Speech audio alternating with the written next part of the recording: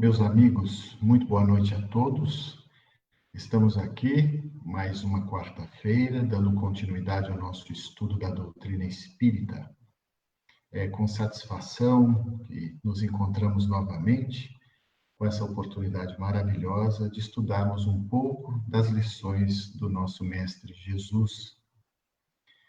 Nos perguntaram ao longo da semana se teríamos um novo estudo nesta quarta-feira, e nós gostaríamos de afirmar que, a partir de agora, sob a vontade de Deus, nós manteremos religiosamente esse estudo, todas as quartas-feiras, às 20 horas. O tema da noite é bem oportuno, tratando dos sinais dos tempos. Espero que todos tenham momentos de reflexão, de paz, de harmonia, de conexão com o plano superior. Faremos agora a nossa prece inicial.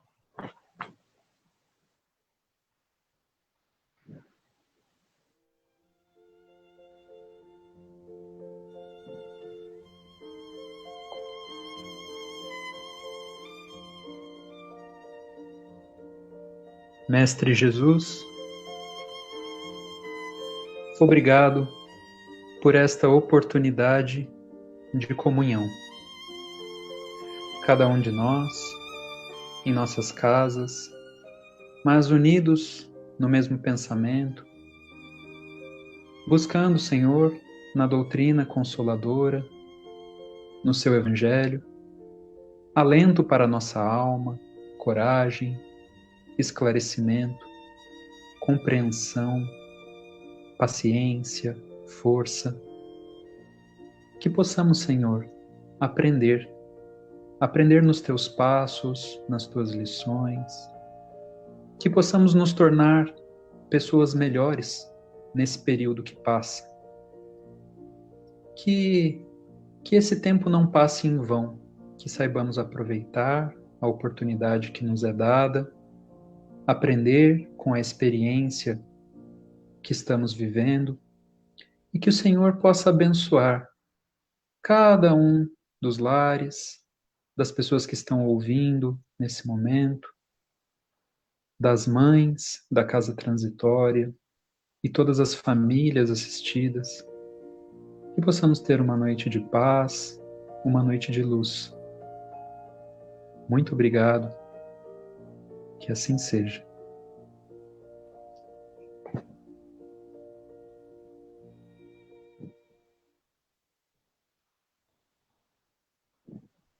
Meus amigos, em razão do enfrentado atualmente pela nossa sociedade, nós trazemos um texto do livro A Gênese, da codificação de Allan Kardec, no capítulo 18, São Chegados os Tempos. O título da lição é Sinais dos Tempos. São chegados os tempos, dizem-nos de todas as partes, marcados por Deus, em que grandes acontecimentos se vão dar para a regeneração da humanidade. Agora eu passo a palavra para o nosso Leandro.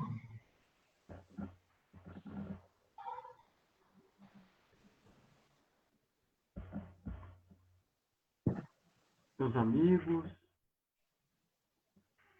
muito boa noite a todos. Esse momento, esse espaço virtual em que nós nos encontramos, por todos aqueles que nos assistem, agradecendo desde já pela paciência que tem conosco, devido aos equívocos, que essa nova era digital algumas vezes também proporciona. Esse tema da noite é um tema muito propício para o momento em que nós nos encontramos, nos sugerindo umas indagações acerca desse momento de transição planetária que a doutrina espírita vem demonstrando para todos nós, não apenas na codificação, mas também nas falas dos espíritos, através da psicografia, principalmente do nosso querido Chico. Quantos relatos nós temos desses espíritos que conduzem, né, a evolução da humanidade, de que a Terra ela está passando por uma nova fase, e uma fase melhor. É isso que brilha os nossos olhos, né? De saber, de ter esse conhecimento importante de que nós estamos habitando um planeta, a nossa Terra-mãe, que passa por um momento de transição e para melhor. Ou significa que a nossa casa vai se tornar um local ainda mais agradável de se viver, né? Ainda melhor de se habitar. Então, esse é o momento em que nós nos encontramos, dentro da escala espiritual que a doutrina espírita nos demonstra, né? Assim como nós, espíritos imortais, evoluímos, né, incessantemente, os planetas também passam pelos processos de amadurecimento, aprimoramentos, né, pelos seus ciclos evolutivos. Então, quando nós observamos, né, muitas falas dos profetas antigos de que alguns acontecimentos marcariam essa transição planetária, esse momento, né, em que um novo ciclo se iniciaria aqui no nosso globo, nós olhamos um pouco da evolução do nosso planeta, da sociedade, né, que a história nos apresenta, e, de certa forma, ficamos felizes, porque observamos que, de fato, estamos caminhando para um novo mundo, um mundo melhor, né, e um mundo melhor para todos. E isso alimenta a nossa esperança, isso alimenta, né, a nossa confiança num porvir e num porvir melhor para todos nós. Quando nós olhamos o avanço da humanidade, né, um avanço significativo, principalmente no início ali da Idade Moderna, sobretudo com a chegada da Revolução Francesa, iniciando a Idade Contemporânea, né, que nós nos encontramos, nós observamos avanços extremamente significativos no que diz respeito ao bem-estar social, né, ao bem-estar da humanidade. E quando nós pensamos em bem-estar, ou seja, em viver bem, ter melhores condições para se viver, né, nesse mundo novo que se forma, né, e processa, nós podemos avaliar sob dois prismas, né, o bem-estar material e o bem-estar moral. Nesse primeiro aspecto, do bem-estar material, isso decorre bastante do progresso, e nós observamos nesse momento histórico os avanços significativos da ciência, né? Avanços significativos do intelecto da humanidade, proporcionando esse bem-estar material. Muitos que escrevem acerca da Revolução Francesa, eles gostam, né, de dizer que é um momento da história do mundo em que há seletivo, né, felicidade.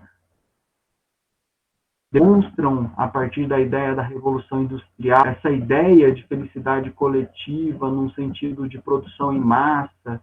Antes era difícil para a pessoa ter uma roupa, né, uma vestimenta de qualidade, e a Revolução Industrial vem e proporciona aí a oportunidade de alguém adquirir 10 peças iguais, 100 peças iguais, com muita velocidade, com muita facilidade. Essa ideia de bem-estar coletivo, de felicidade coletiva, graças ao avanço da intelectualidade, demonstrando aí as portas abertas desse novo mundo que nos acolhe, desse novo mundo que nos convida a essa etapa, né, incipiente. E no outro aspecto, além do bem-estar material, nós temos o bem-estar moral. Né? E aí demanda um pouquinho mais de cuidado, de atenção de nossa parte, porque nós estamos aqui na Terra, sabemos todos nós, para o nosso progresso, tanto intelectual quanto progresso moral, né? Progresso do sentimento, não apenas do intelecto, mas também do sentimento. E a própria história que mostra, né, de maneira evidente o quanto estamos avançando intelectualmente, quanto a ciência, né, proporciona esse bem-estar material para todos nós, o progresso moral não vem na mesma onda, com a mesma força, com a mesma intensidade. Quando a gente lê A Caminho da Luz, a gente observa Emmanuel, né, demonstrando ali todas as tentativas do mundo espiritual para o progresso moral da sociedade, a Roma republicana, um momento mágico da nossa história também, com pessoas bem intencionadas, que conheciam as leis divinas, né, as leis naturais, e o início dos direitos humanos, né, da tolerância para com o outro, aquelas conquistas de igualdade entre patrícios e plebeus, mas que foi deixado de lado, né, e novamente o abuso conduziu para uma velhice dos domínios, em que o intelecto se sobrepôs em muito ao sentimento, ao desenvolvimento do coração. E, novamente, nós observamos esse movimento de união entre os povos, aquilo que a Roma republicana se propôs a fazer, nós observamos novamente na Europa boas intenções, os países se unirem, de se ajustarem, um auxiliar o outro. Então, aquele movimento de repetindo agora, e nós observamos, né, com um pouco mais de lucidez, essas boas intenções dos povos em se unirem. E o caminho é esse, não há outro caminho. Então, por que nós colocamos, né, a importância de termos esse olhar atento acerca do progresso moral, da conquista desse bem-estar moral, porque isso mexe diretamente conosco, mexe com o nosso jeito de ser, né? Afronta diretamente com o nosso orgulho, com o nosso egoísmo, mas o mundo novo que se avizinha vai exigir pessoas melhores, né? Vai exigir comportamentos morais mais adequados, mais justos.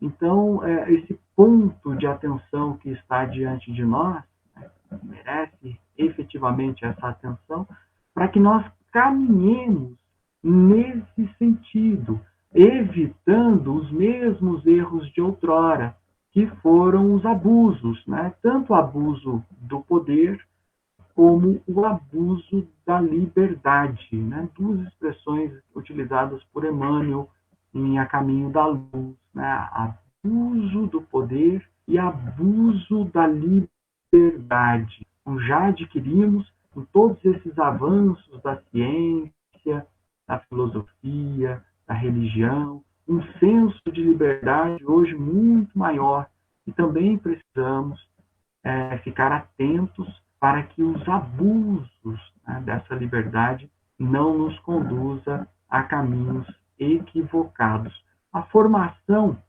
desse sentimento, né, desse bem-estar moral, demanda de nós, portanto, vencermos o nosso orgulho, o nosso egoísmo, para podermos adentrar as portas desse novo mundo que se avizinha. E a mensagem de esperança que fica é que, para avançarmos essas essas porteiras, né, que se abrem diante de nós, demanda exclusivamente de cada um de nós, né, do nosso esforço.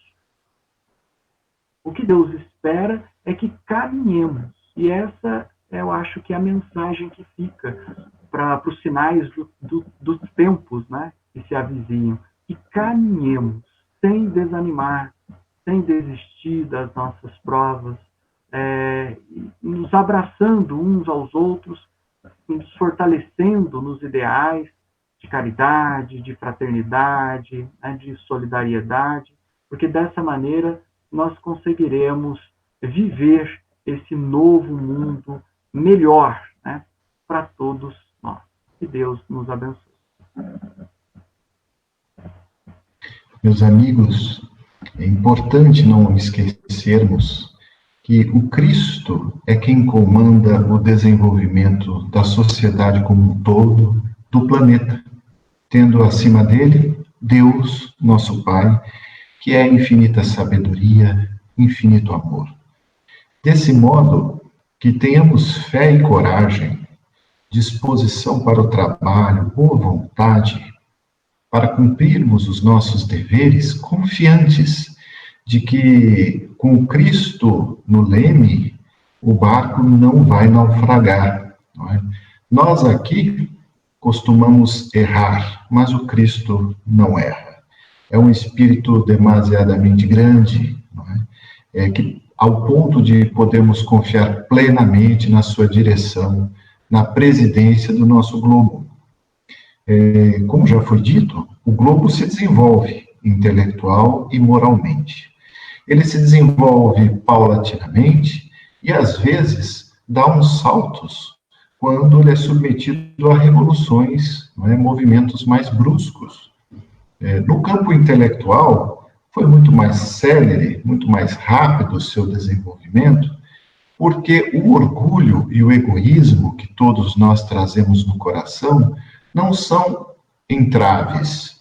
Ao contrário, muitas vezes incentivam.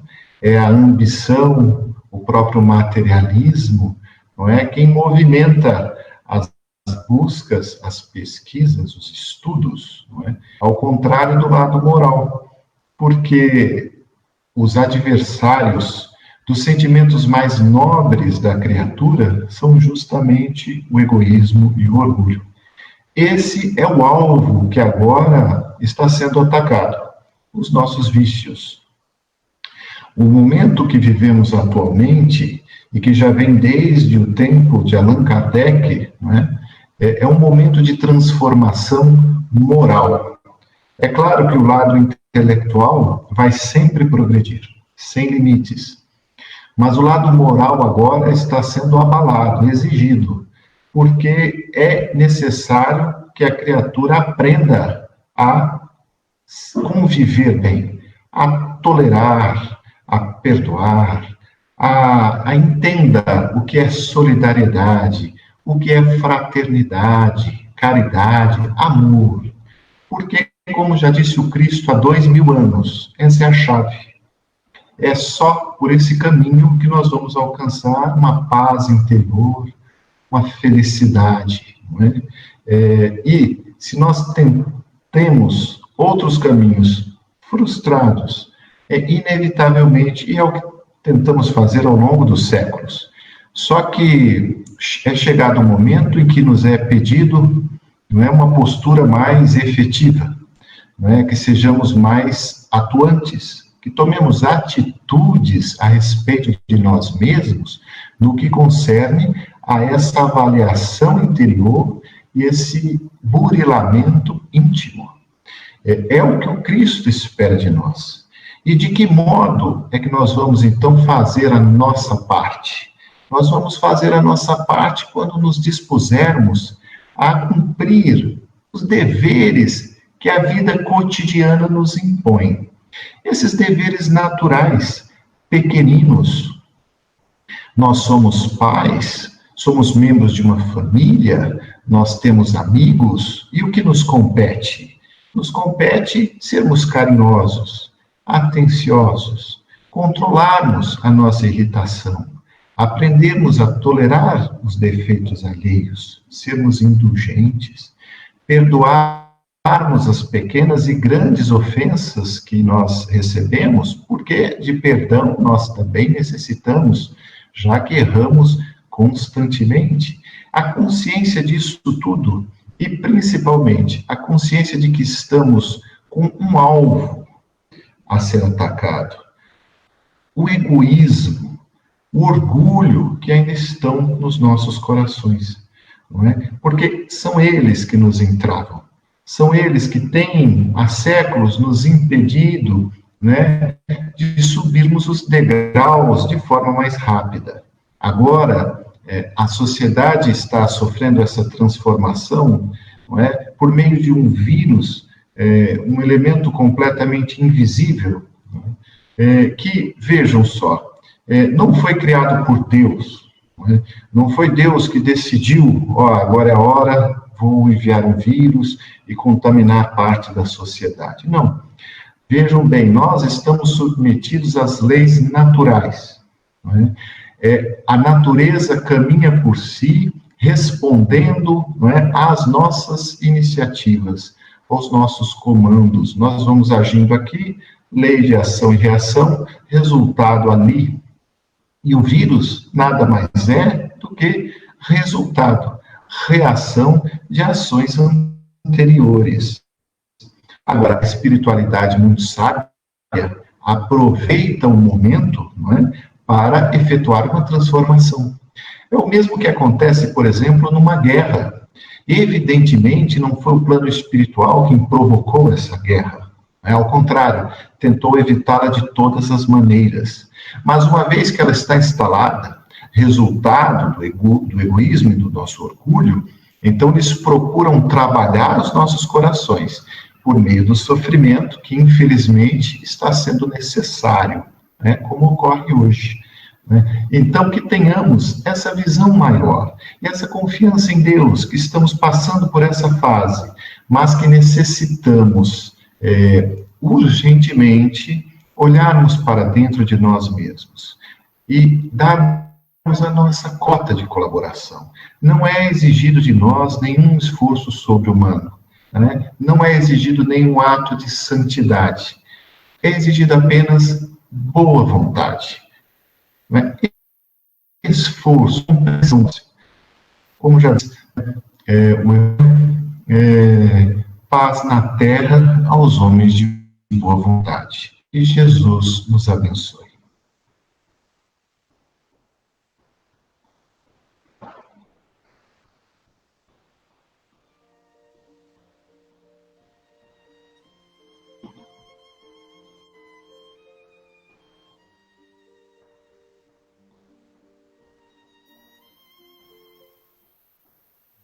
Paz na terra aos homens de boa vontade.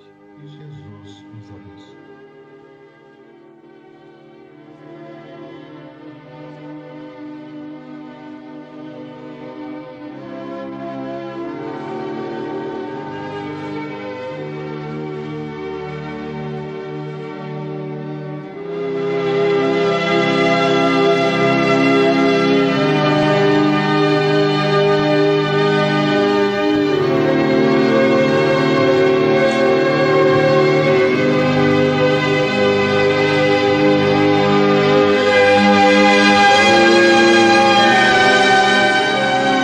Oração nossa. Senhor, ensina-nos a orar sem esquecer o trabalho, a dar sem olhar a quem, a servir sem perguntar até quando, a sofrer sem magoar, seja quem for, a progredir sem perder a simplicidade, a semear o bem sem pensar nos resultados. Oração nossa. A desculpar sem condições. Ensina-nos a marchar para a frente, a orar sem esquecer os obstáculos, a dar sem olhar a quem, a escutar, a servir sem corromper os assuntos, a falar sem gemer, seja quem for, a compreender o próximo, a progredir no entendimento, sem perder a simplicidade, respeitar o semelhante, sem reclamar, sem considerar os resultados. Oração a dar o melhor de nós, Senhor, além da execução do próprio dever, para a frente de obrar sem agradável, a dar, Senhor, fortalece a esforçar, a paciência pelos ações e dificuldades dos outros, assim como precisamos da paciência dos outros, servimos os espíritos da simplicidade, respeitar os semelhantes, para que assim a dar uma desculpa, além da execução do próprio dever, para a frente de obrar sem agradável, que a nossa felicidade mais alta será a escutar e a resistência pelos afetos e cumprir as suas dívidas, assim como precisamos da paciência dos próximos, servimos a resistência pela simplicidade, respeitar os semelhantes, para que assim a dar uma desculpa, além da execução do próprio para a frente de obrar sem agradável, que a nossa felicidade mais alta será a escutar e a resistência pelos afetos e cumprir as suas dívidas, assim como precisamos da paciência dos próximos, servimos a resistência pela simplicidade, respeitar os semelhantes, para que assim a dar uma desculpa, além da execução do próprio dever, para a frente de obrar sem agradável, que a nossa felicidade mais alta será a escutar e a resistência pelos afetos e cumprir as suas dívidas, assim como precisamos